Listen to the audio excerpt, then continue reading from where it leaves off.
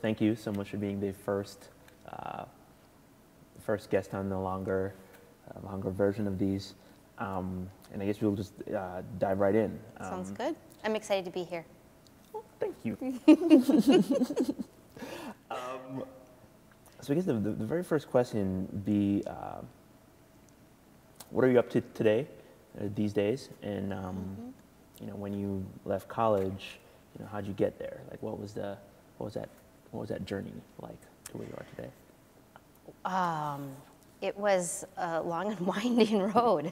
Okay. I definitely didn't study what I'm doing now and then go right into it. So right now I am practicing and teaching human-centered design within all different contexts. I went to school for biology. Then I went to public relations. I was in technology for a while. I led a training team for a while at a financial services company. But about 3 years ago, I found myself feeling really uninspired and came across the concept of design thinking or human-centered design. And the more that I studied it and began to practice it, the more inspired I was. And so about 2 years ago, I left my corporate job and began to do this full time. And it's been awesome. Okay. So I know you were a Six Sigma. Yeah. So what was that transition like from the sort of the structure of the Six Sigma process to you know, I guess you'd say the fluidity of design thinking? It was personally, it was very difficult for me because I am naturally regimented. I was a project manager forever. I like data. I like the rigidity of it. I like being able to see where I am and where I'm going and having a very clear process. And when I began to practice techniques and tools that were more ambiguous, it was uncomfortable. But there was something about that discomfort and that ambiguity that I liked. And so now I can see, I mean, there is a place for everything and a purpose. And Six Sigma has a really important place in process reengineering and incremental improvements. On the other hand, I think human-centered design has an important place in identifying and implementing radically new ideas. And it also has, for me, it had a really big impact on the way that I behave in the world and the way that I see the world, the way that I solve problems and interact with other people. So it was a hard transition, but a really important one for me personally. Okay. So I guess, can you walk us through a couple examples of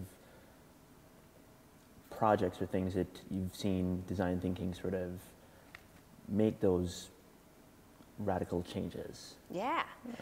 There are a couple of really powerful examples that come out of one from the Stanford D School and one from a friend of mine at GE Healthcare. They're both very good examples.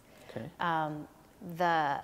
The first one is there was a class at the Stanford D School called Designing for Extreme Affordability.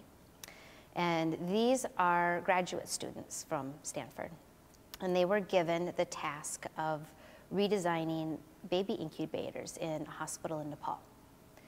And so they went to Nepal, the three of them, to gain empathy, to talk to people, to look at the hospitals, to look at the incubators.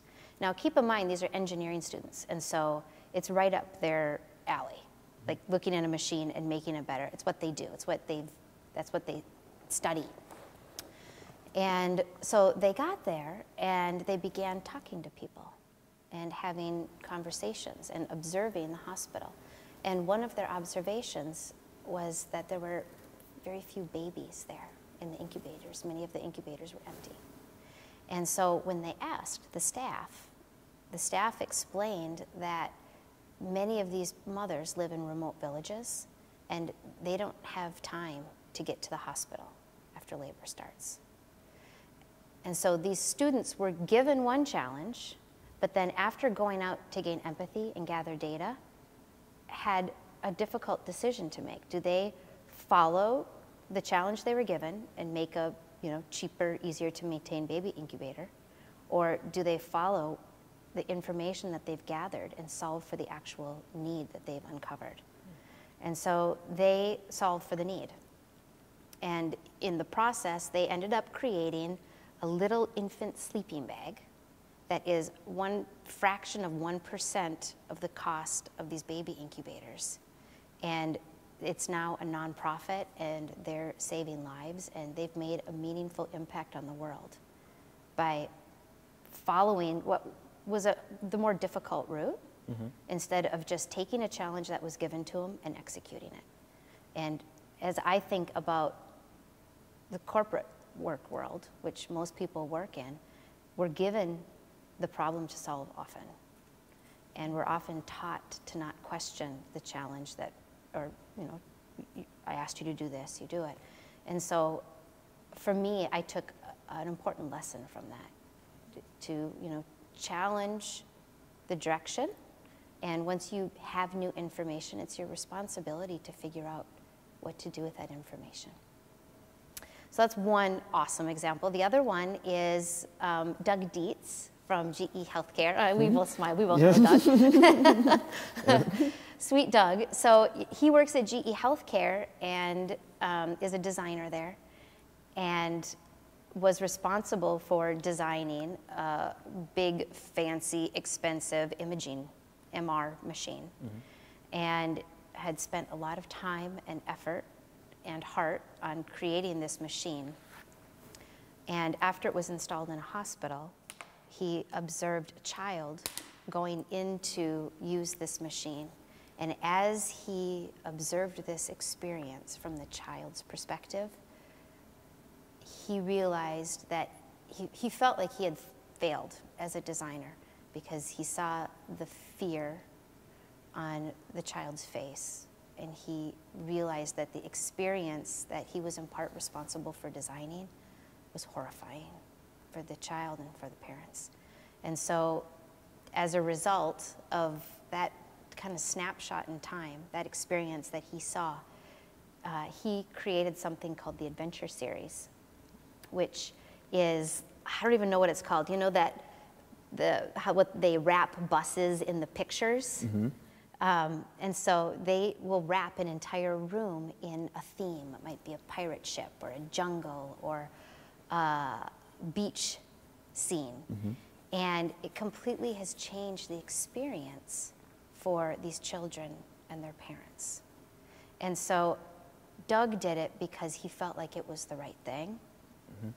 But he often would feed pushback, and maybe in his own mind, maybe from the company, I don't know. But is this a good use of time or money? Like, is this going to be financially a good place to spend money? And what they've realized is, because children are not as fearful, they actually can do more scans each day. And so hospitals can get more use out of the machine because the children don't have to be sedated. So there's some really powerful statistic, and I'm gonna get close. It's not gonna be perfect, but for rooms that have this Adventure Series, I think they do 4 sedations a year. And for rooms where they don't have this Adventure Series, it's more like 350 a year. It's night and day difference. And for, I'm a mother with 2 young kids, and I imagine myself going through this experience, and I would travel across state lines to go to that room versus one where my child has to be sedated. So those are 2 really kind of powerful examples of how an experience or a product was designed based on human need, and it made the world a better place. So I guess two things that I always hear people I don't want to say confused, but there is, sometimes you hear people talk about experience design, and sometimes, you know, you hear people talk about human-centered design. But this, I mean, I was, you know, seeing Doug talk about just the process of developing, you know, that series. I'm not quite sure which category that would fall under. I know. Or how about design thinking versus human-centered design? I would, my opinion, and that's all it is my personal opinion, they're all cousins to each other, and maybe siblings, and maybe the same. At the core, it is designing a new product or service or experience based on human need. And so step one is to uncover that human need. And then once you have identified an insight or a very specific need that you didn't have before, then you can go through the process of, you know, ideation and prototyping and testing. And oftentimes you start thinking that you are redesigning an experience or a service or a product, and the end result is different. And so as long as you start with the mindset of, I'm going to solve this problem, and I don't know yet what the end solution is going to be, it might be a combination of those. I think that is, for me, the most useful place to start, instead of coming from a place of redesigning a product or an experience. Interesting, because, you know, I see a lot of agencies right now, you know, sort of retooling post-economy or post-recession, and, you know, some places are saying that this is a part of our process that we've sort of engineered, but at the end of the day, it's still sort of, I mean, better way to explain, like, traditionally advertising is either, you know, you're developing a website, or you're developing a campaign, or you're developing a TV spot, you know, that either goes online, or, you know, how do you, how do, as an industry, sort of reimagine itself to embrace that sort of uncertainty, because it is pretty uncertain. It is. So full and fair disclosure, I have not grown up in the agency world, so I'll give my opinion based on my past experiences. Okay. It's very common for someone to tell you what they need. I need a website, or I need this product. And I don't think we're ever going to get over that. What we do have control over is what we do when someone comes to us with that request. So if someone were to come to me saying, okay, I need to launch a website to communicate who I am to the world, then if I were to apply design thinking to that, I'd say, okay, why don't we go out and have conversations with people about that, you know, that website, or that, what their experience is. And instead of maybe even approaching it from the website perspective, we might say, you know, how do you want to learn about Stoked, or whatever company you're looking at? And they might say, oh, I just want their Twitter feed. And so it's almost a backward way of saying, okay, I hear you saying you want a website. Let me go out and talk to people and come back to you with maybe a hybrid. Another way to go about doing it, a lot of times someone will come to you with something half developed already. And so you can almost treat that as a prototype and finish it just enough, like low resolution, to say, now let's use this as a probe to go out and get more information. Go back out and get empathy. And then once you gather that information, you can say, well, actually, you know, what we heard was this over here.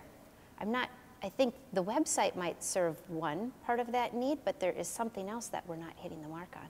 And so it is a way of creating a conversation between everyone involved. So by its very nature, it has to be collaborative between, you know, whoever's doing the work and the client. Isn't that the best way to do it? I would agree. Man, I mean, especially since I would say probably the majority of companies want to be closer to their user.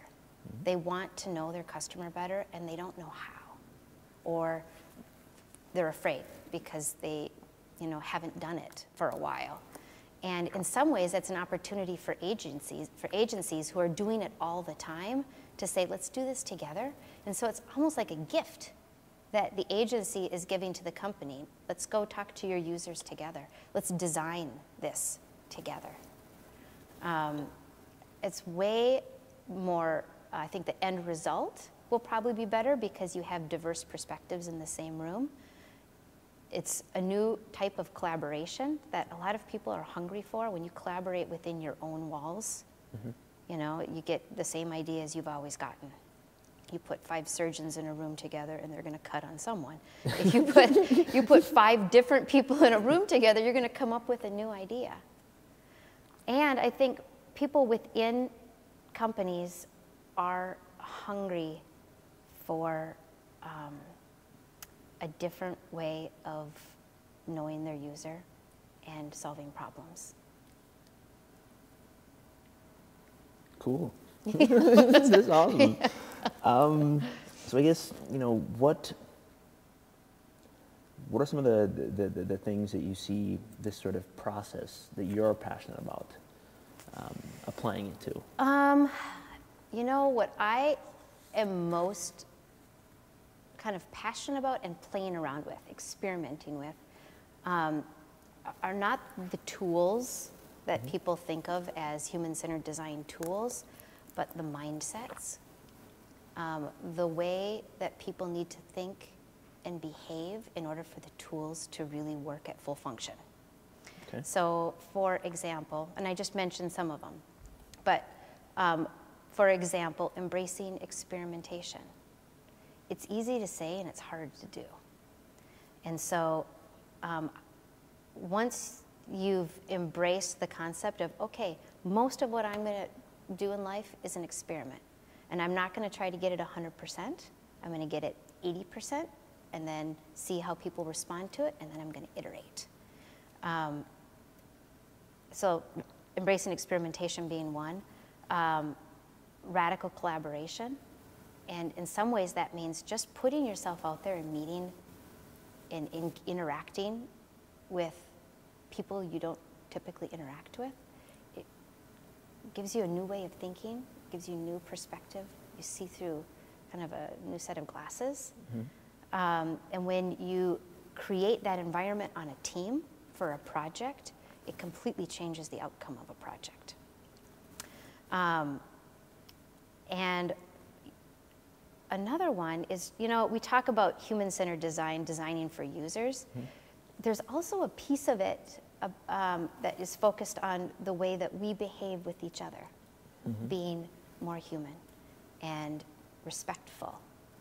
And that doesn't mean agreeing, but it means interacting with each other in a different way. So one of the tools that we use is this concept of giving feedback in the I like, I wish, how to, which is a really productive way of saying the same things that you say now in kind of an angry, frustrated way, but it's constructive and it doesn't piss anybody off. And it gives you something that you can evolve. So taking all of those mindsets and some others like time constraint, I think applying time constraints in a much more aggressive fashion than what we're used to. Yeah, I don't think I'll ever get comfortable with the time constraint version. Yeah, it's uncomfortable, but applying time constraint is what allows you to comfortably play around with ambiguity. And so you put all of these mindsets together, and if you start to practice that way of thinking and interacting, you look at the world differently, and you interact with other people differently. The next question then is, what are some of the benefits of design thinking or applying design thinking to, say, the nonprofit sector and for my own, personal thing that I'm passionate about, like specifically education, like how Is it possible? Is it? Well, so I see two sides to it. Okay. One side is teaching our children this way of solving problems. And then the other side of it is using human-centered design to fix our broken education system. So the first part is, I mean, imagine if the kids that we graduated from high school right now were already, one, considering themselves to be creative, looking for radical ways of solving existing problems, collaborating with people that were not like them, embracing experimentation and iterating, prototyping for the purpose of testing something early on. I mean, these are tools that make them function in the workplace in a very different way versus, you know, having a GPA of 4.0 and being able to write a paper. So I mean, when I think about my children growing up in a school system, this is what I want them to learn. I think it's what will make our children successful in the workplace, especially as there's so much conversation about, you know, like Daniel Pink's Whole New Mind, and there are all kinds of books out about the changing workforce and the changing needs that companies have from those that they are hiring. And so I think teaching our children design thinking will help to address some of that. And then on the other side of it, anytime you have a really gnarly problem that you can't quite figure out how to fix, I think human-centered design is a really good place to start. One of the challenges is that in order to have an effective project, it needs to be, the challenge needs to be stated and scoped properly. And education can sometimes feel so broken and the scope feels so big that it's hard to know where to start. And so I think one of the tricks is to start with something tangible and small that you can articulate. And if you do that enough times, you begin changing the whole system. Because I think it does need a radical makeover. Okay. So to build on that, Yeah. For companies then, what would be sort of the first step towards, I mean, you're not going to change an entire agency culture overnight, but if they're agreeing, okay, we need to do things a little bit differently, what's the first step? Like, what would you recommend being the first step? Well, first of all, to your first comment, it might take, let's say, 10 years to create a culture or to watch a culture evolve. I've watched a culture recreate itself in dramatic ways in a very short period of time, like weeks, maybe months. And it really takes the passion and commitment of the most senior leaders because they send the message to everyone on how to act and behave. And if they are changed, the culture changes. So that's one. But then I think that everyone within a company can make immediate small steps that together make a big impact. So going out and just having one-on-one conversations with users. Creating a low-resolution prototype and bringing it to a meeting. And I mean, don't spend more than an hour on it. Don't try to have it be perfect. Testing with users really early on before you have something that you hope is perfect. Or just testing pieces of something. Giving feedback in an I like, I wish, how-to format. I mean, there's things that you can do from a project perspective. There's also changes that you can make from a culture perspective individually to make it better. And when a culture is healthy, your output is stronger. Okay. If you decide that you want to go down this path career-wise, what advice would you give someone that wants to do that? You know, in a lot of ways, I see human-centered design as the horizontal line of a T-shaped person. Okay. So it is, human-centered design is a way of being really good at whatever you've gone deep with. So let's say you are an anthropologist, or you're an attorney, or you're a medical doctor. Whatever it is, your degree, what you've studied, you can overlay human-centered design to do a better job at what you've already studied. So I think it's a misnomer that you become a human-centered designer. I mean, we all can be. Where we can all be designers of that time. Maybe not graphic designers, so there's a difference between types of designers. But I would say find a passion and pursue your passion and use design to make that passion come to life and to serve the world. Someone once told me that there are 3 types of work. There are jobs, there are careers, and there are callings.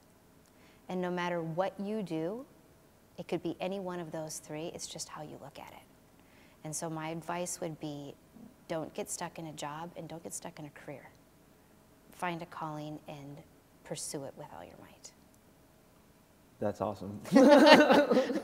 I guess one last question. Is there anything else? Is there something radical, groundbreaking, anything that's on your mind? Radical, groundbreaking. Well, I have some, you know, I'm curious about this concept of genflux. So, you know, we've historically always categorized people. Okay. We categorize them by gender and by race and by age. So there's Gen X and Gen Y.